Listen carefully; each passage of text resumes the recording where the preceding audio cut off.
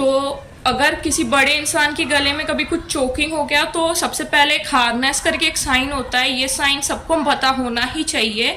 तो ऐसे करके हार्नेस का साइन होता है। तो कभी भी आपके गले में भी कुछ अटके या आपके सामने कोई ऐसे कर रहा है, मतलब उसके गले में कुछ अटका है, कुछ चोकिंग हो रहा है, तो ये हार्नेस का साइन बोलते हैं इसको।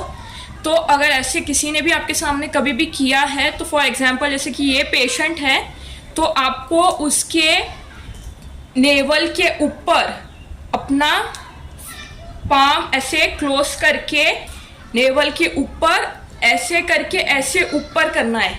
मतलब ये पेट के ऊपर ऐसे हाथ रख के अंदर ऐसे करना है, अंदर एंड देन अप, अंदर एंड देन अप, जिससे कि प्रेशर जनरेट होके गले से वो बाहर निकले। जो भी स्टोन है, पेबल है, जो भी वो गले के अंदर अटका है चीज़। ये बड़े इंसान के केस में हो गया। अभी जैसे कि बहुत छोटा बच्चा है, इन्फेंट है, या फिर चाइल्ड है, या कोई टीनेज है, कोई छोटा बच्चा है, तो हम उसको मार नहीं सकते। या सपोज कोई प्रेग्नेंट लेडी है, या कोई मोटा इंसान जिसके पेट से आपका हाथ ऐसे नहीं, आपका हाथ शॉर्ट है, तो आप उस केस में चेस्ट पे उसको ऐसे कर सकते हैं जिससे गले में से चोकिंग निकले। जो भी चोकिंग हुआ है जिस भी रीज़न से, वो पत्थर है या कुछ भी, वो निकले बाहर। क्योंकि कोई भी प्रेग्नेंट लेडी है या किसी के ऊपर अगर आपका हाथ ऐसे नहीं हो पा रहा है और प्रेग्नेंट लेडी के पेट पे आपने ऐसे किया, तो वो बच्चे के लिए खतरा हो सकता है।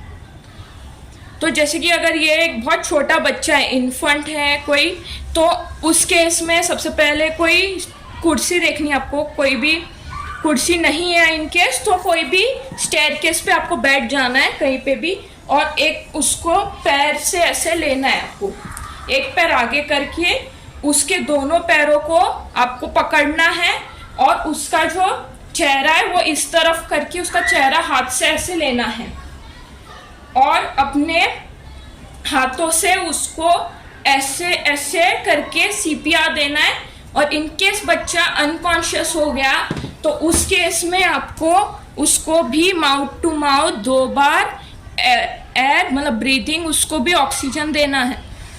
और जब बच्चे के चेस्ट पे करेंगे, तो बड़े इंसान के टाइम पे तो हम सीपीआर ऐसे कर लेते हैं, लेकिन बच्चे के केस में ऐसा नहीं कर सकते क्योंकि वो बहुत छोटा बच्चा है। तो दोनों थंब यूज़ करके हम उसे सीपीआर देंगे। ये बच्चे के केस में हो गया। सीपीआर दोनों थंब से ऐसे ऐसे देकर एक बार ये दे दिया, उसके बाद माउथ टू माउथ ब्रीदिंग देने के पहले, ऑक्सीजन देने के पहले हमें उसके माउथ को खोल के चेक करना है कि गले के मतलब मुंह में आया है क्या वो स्टोन है, या जो भी बच्चे ने स्वॉलो कर लिया है, छोटा बॉल या कुछ भी। अगर आ गया है तो निकाल सकते हैं, अगर नहीं आया है तो फिर स्टार्ट कर सकते हैं ब्रीदिंग ट्वाइस।